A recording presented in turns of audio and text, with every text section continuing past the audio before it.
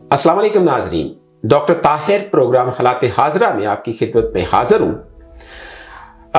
इस वक्त पाकिस्तान के अंदर सियासी माहौल काफ़ी दिलचस्प और कॉम्प्लिकेटेड हो चुका है। 8 मार्च को मुतहद्दा अपोजिशन ने इमरान खान के खिलाफ तहरीके अदम एतमाद जमा करवाई। उसके बाद मैंने अपनी एक वीडियो में आने वाले हालात के बारे में प्रेडिक्शन की थी और मैंने मेरा तजिया ये था कि अगर मुतहद्दा अपोजिशन ने ये अदम एतमाद की तहरीक जो है,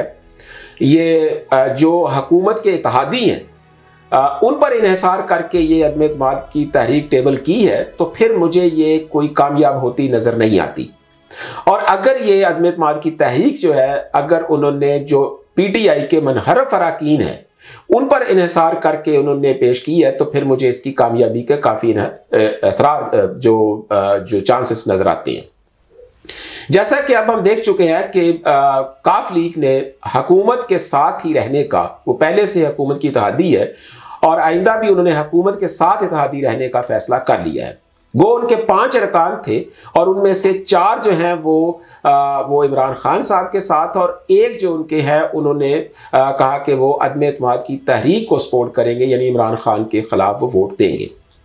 तो इस तरह हमें ये तो काफ लीग की हद तक तो हमें क्लियर हो चुका कि वो अब हुकूमत का साथ देंगे। दूसरी तरफ जो बैप पार्टी या बलूचिस्तान अवामी पार्टी है, उनके भी 5 अरकान में से 4 जो है वो अपोजिशन के साथ आ चुके हैं और एक ज़ुबैदा जलाल जो है वो उन्होंने हुकूमत का साथ देने का फैसला किया है। अब जो फाइनल बात है वो आ गई है मुतहद्दा कौमी मूवमेंट पर। तो मुतहद्दा कौमी मूवमेंट इस वक्त एक बेहतरीन बारगेनिंग पोजीशन में है और वो अपनी उनकी जो डिमांड्स है उसका जो लेवल है वो बहुत हाई हो चुका है और वो अपनी वही पोजीशन चाहते हैं सिंध के अंदर, खसूसन कराची और हैदराबाद के अंदर वो वही पोजीशन अपनी चाह रहे हैं जो उनकी पोजीशन मुशर्रफ के दौर में थे, कि वही उनको दोबारा से उनको पोजीशन मिले, उनके जो भी मामला थे वो हल किए जाए। तो उनकी डिमांड्स जो है वो बहुत हाई हो चुकी हैं और वो अपनी डिमांड्स बनाने की पोजीशन में भी इस वक्त हैं। तो अब देखना है कि मुतहद्दा कौमी मूवमेंट को, क्योंकि उनको दोनों तरफ से जो ऑफर्स हो रही है, उनको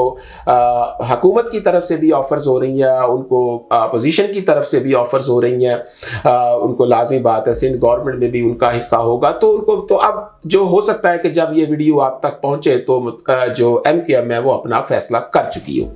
तो इसलिए अब पंजाब मरकज़ के अंदर बड़ी दिलचस्प सूरत हाल हो चुकी है, लेकिन मुतहद्दा अपोजिशन जो है वो भी अगर उसके हम अरकान को देखें जो कि उन्होंने 172 का टारगेट अचीव करना है, तो वो तकरीबन 168-69 तक पहुंच चुके हैं। तो उनको 3 से 4 और जो है कि वो जो MNAs चाहिए अपने टारगेट को हासिल करने के लिए। तो अगर तो MQM के साथ मिल जाती है फिर तो बात क्लियर है, वरना फिर ये मनहरफ अरकान जो है कि वो उनका सहारा लेना पड़ेगा। उसके सिलसिले में भी अगर हम देखें तो हुकूमत ने एक प्रेसिडेंशियल रेफरेंस जो है, सदारती रेफरेंस जो सुप्रीम कोर्ट में दायर किया कि वो जो आइन की इंटरप्रिटेशन करे कि मनहरफ अरकान जो है कि उनको ताहयात नाहिल किया जाए। तो इसकी इंटरप्रिटेशन के लिए वो सुप्रीम कोर्ट में गए हैं। तो अगर ये वैसे तो ये जो आइन है, ये बड़ा आर्टिकल बड़ा क्लियर है कि उनके जो होंगे, जो मनहरफ अरकान होंगे उनको डी-सीट किया जाएगा, वो हो सकते हैं और दोबारा इलेक्शन में हिस्सा ले सकते हैं। तो इसकी फर्दर इंटरप्रिटेशन की ज़रूरत नहीं, लेकिन चूँकि हुकूमत भी ज़्यादा से ज़्यादा टाइम हासिल करना चाहती है ताकि जो मनहरफ अरकान है उनके सर के ऊपर एक तलवार लटकती रहे और वो अपना फैसला करने में आज़ाद ना हो। तो सुप्रीम कोर्ट भी कि जितना क्लियर ये आर्टिकल है, तो वो चाहती तो वो 2 दिन में इसके बारे में फैसला कर सकती थी, लेकिन वो भी अभी 1 हफ्ते से ज़्यादा हो गया। और मज़ीद मुझे क्योंकि अभी जो अटॉर्नी जनरल थे उनके जो आर्गूमेंट्स थे वो कंप्लीट हुए, अभी जो अपोजिशन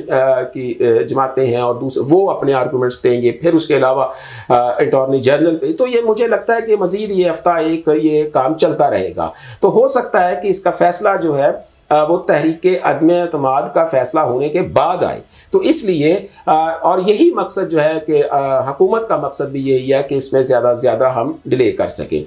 तो अब जो फ़र्क है वो 3 से 4 वोटों का है कि अगर अपोजिशन जो है वो किसी तरीके से वो हासिल कर सके, अगर एमक्यूएम का फैसला, फिर तो बिल्कुल क्लियर बात हो जाती है, वरना फिर ये उन्हें अगर एमक्यूएम हुकूमत की तरफ चले जाएगी तो एक बड़ी टफ जो है सख्त जो कंपटीशन जो है वो और हो जाएगा, वो नजर आएगा हमें मरकज के अंदर। अब दूसरी तरफ हम अगर इसके दूसरी साइड देखें, पंजाब के अंदर, पंजाब में जो परवेज़ इलाही साहब है, परवेज़ इलाही वो पहले तो अपोजिशन की तरफ से वो अपनी सारी जो उनकी शराइत थी कि वो वज़ीर आला पंजाब बनाया जाएगा, तो नून लीग भी इस पर एग्री हो गई और जो नवाज शरीफ साहब और बाकी की उनको बनाया जाएगा ऑफ़र भी कर दी गई, बल्कि उनका जो फैसला आने से एक दिन पहले उन्होंने जरदारी साहब से मुलाकात में इसकी मुबारकबाद ली भी और दी भी और ये फैसला भी हो गया। लेकिन और उनके कहने के ऊपर ही कि अगर परवेज़ इलाही के कहने के ऊपर कि अगर ये अगर वो जब ऐलान करते हैं अपोजिशन के साथ होने का, तो इमरान खान उस्मान बुज़दार के ज़रिए पंजाब असम्बली डिज़ोल्व कर देंगे, तो इसलिए उन्होंने इसमें बड़ी एमरजेंसी में जो तहरीक अदम-ए-इत्तेमाद पंजाब असम्बली में पेश की ताकि वो वज़ीर आला वो असम्बली डिज़ोल्व ना कर सकें। लेकिन फिर अचानक ही कुछ घंटों के बाद ही उन्होंने अपना यू टर्न लिया, अपना फ़ैसला चेंज किया और वो इमरान खान के साथ उन्होंने जाने का फ़ैसला किया। अगर हम इस सूरत हाल को देखें तो परवेज़ इलाही ने ये एक बहुत बड़ा उन्होंने बड़ा मुश्किल फ़ैसला लिया है, लेकिन मेरी समझ के मुताबिक उनके फ़ैसला करने में ये 2 इसकी रीज़न्स हो सकती हैं कि उन्होंने ये फ़ैसला क्यों किया। एक मेरे ख्याल में जो रीज़न उनकी ये हो सकती है कि चूँकि काफ लीग एक पंजाब की एक पार्टी है, तो पंजाब के अंदर उनकी जो हलीफ जमात, सियासी हलीफ जमात है वो नून लीग है। पीटीआई उनकी सियासी हलीफ जमात नहीं है, बल्कि अगर आइंदा इलेक्शन में उनका किसी के साथ इत्तेहाद बनेगा काफ लीग का, तो वो भी पीटीआई के साथ बन सकता है, क्योंकि नून लीग को ज़रूरत नहीं होगी कि वो काफ लीग के साथ कोई इत्तेहाद बनाए पंजाब के अंदर। तो इसलिए जो नेचुरल पॉलिटिकल जो इत्तेहादी हलीफ जमात है, हलीफ जमात है काफ लीग की, वो नून लीग है, वो पीटीआई नहीं है। तो इसलिए उनके लिए ये फैसला करना ज़्यादा बेहतर था कि वो अपने मुस्तकबिल को देखते हुए वो अपना फैसला पीटीआई के साथ करें, ना कि वो नून लीग के साथ करें। एक तो मेरे ख्याल में ये उनकी जो रीज़न है मुझे नज़र। दूसरी बात ये है कि जब ये फैसला हो रहा था कि परवेज़ इलाही को वज़ीर आला बनाया जाए, तो इसके बारे में सबसे ज़्यादा जो रेजिस्टेंस थी, जो इसके बारे में सबसे ज़्यादा रुकावट या इनकार था, वो नून लीग के अंदर था। और नवाज शरीफ और मरियम नवाज और दूसरे वो लोग इस चीज़ पर बिल्कुल रजामंद नहीं हो रहे थे परवेज़ इलाही को वज़ीर आला बनाया जाए। लेकिन मुतहद्दा अपोजिशन के कहने के असरार के ऊपर, जिसमें ख़ास तौर पर जरदारी साहब और बिलावल भुट्टो साहब और मौलाना फजल रहमान, इनके कहने के ऊपर नवाज शरीफ साहब परवेज़ इलाही को वज़ीर आला पंजाब बनाने पर रजामंद हुए। उसमें भी पहले जो थे वो 3 माह के लिए रजामंद हुए, फिर वो 6 माह के लिए रजामंद हुए, और अब आखिरी दफ़ा जब उनका फैसला हुआ तो 1 साल के लिए नवाज शरीफ साहब इस बात पर रजामंद हुए कि परवेज़ इलाही को जनवरी 2023 तक जो है कि वो वज़ीर आला पंजाब बनाया जाएगा और उसके बाद फिर इलेक्शन का ऐलान किया जाएगा। तो इस पर नवाज शरीफ साहब एग्री हुए। लेकिन इमरान खान साहब ने, लाजमी बात है कि जो उनको ऑफर की वो तो उनकी गवर्नमेंट तक है कि वो जब तक वो तकरीबन 1.5-2 साल का अरसा है कि उस तक वो रहेंगे, वज़ीर आला पंजाब वो रहेंगे। तो ये मेरे ख्याल में ये 2 रीज़न्स जो हैं ये मुझे नज़र आ रही हैं परवेज़ इलाही के हुकूमत की साइड देने की तरफ के, इसलिए वो हुकूमत की तरफ जाएंगे। लेकिन इसके साथ साथ परवेज़ इलाही को के लिए ये इतना आसान नहीं होगा, क्योंकि उनको अब 2 महाज़ों पर लड़ना होगा। सबसे पहले कि वो मरकज़ में, कि अगर मरकज़ के अंदर इमरान खान के ख़िलाफ़ तहरीक अदम-ए-इत्तेमाद कामयाब हो जाती है तो लाजमी बात है फिर पंजाब में परवेज़ इलाही वज़ीर आला ना बन सकेंगे। और अगर मरकज़ में इमरान खान के ख़िलाफ़ तहरीक अदम-ए-इत्तेमाद नाकाम हो जाती है तो फिर के ज़्यादा चांसेस हैं कि परवेज़ इलाही पंजाब में वज़ीर आला बन जाए। तो ऐसी सूरत हाल में परवेज़ इलाही को मेरे ख्याल के अंदर 2 मुख्तलिफ महाज़ों पर लड़ना होगा। एक ये कि वो मरकज़ में मुतहद्दा अपोजिशन की तहरीक अदम-ए-इत्तेमाद को नाकाम बनाए, और दूसरा वो पंजाब के अंदर जो PTI के मुख्तलिफ ग्रुप्स बन चुके हैं, जो डिफरेंट धड़े बन चुके हैं, वो चाहे तरीन का हो या अलीम का हो, तो उन धड़ों को भी अपने साथ वो इकट्ठा किया जा सके। तो इसलिए ये इनके लिए एक बड़ा मुश्किल टास्क है, ये इतना आसान टास्क नहीं है कि वो हासिल कर लेंगे। और अगर मरकज़ में इमरान खान के ख़िलाफ़ तहरीक अदम एतमाद कामयाब हो जाती है, तो फिर परवेज़ इलाही साहब ना सिर्फ वज़ारत आला से जाएंगे, बल्कि स्पीकरशिप भी उनसे ख़त्म हो जाएगी। तो वो फिर वो शायर बकौल शायर के खुदा ही मिला हमें, ना विसाले सनम, ना इधर के रहे ना उधर के रहे। तो इसलिए जो फ़ैसला है वो तो परवेज़ इलाही साहब ने ये जो किया है, और ये बड़ा सख्त उन्होंने इस चीज़ का फ़ैसला किया है, लेकिन इसके आने वाले हालात में दिनों में इस चीज़ का अंदाज़ा बड़ी जल्दी हो जाएगा कि क्यों। लेकिन मैं एक बात इस चीज़ पे कहूँगा कि परवेज़ इलाही के इस फ़ैसले ने नून लीग के लिए बड़ी आसानी पैदा कर दी है।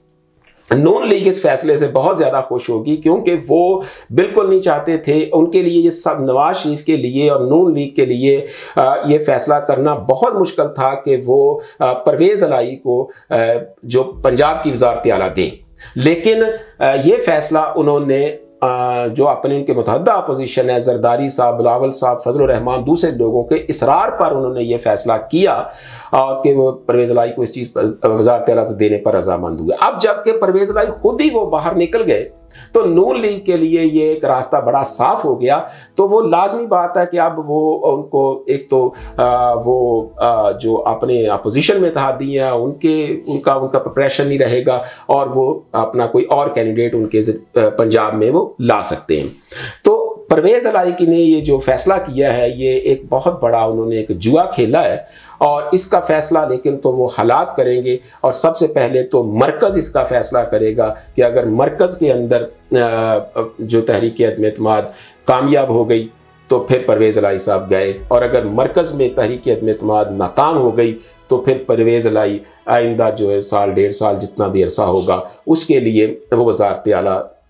संभालेंगे पंजाब के अंदर। और फिर उनको ये है कि वो नून लीग का प्रेशर तो वो उतना नहीं होगा, लेकिन वो आज़ादाना इस चीज़ को वो कर सके, वो यही उनका वो टारगेट था। लेकिन इसका फैसला जो है कि बस ये जो दिन है हमारे चल रहे मरकज़ से ही ये फैसला हो जाएगा। तो देखते हैं नाजरीन कि आने वाले दिनों के अंदर वो क्या फ़ैसला होता है और हालात किस तरफ जाते हैं। इजाज़त दीजिए, अल्लाह हाफ़िज़।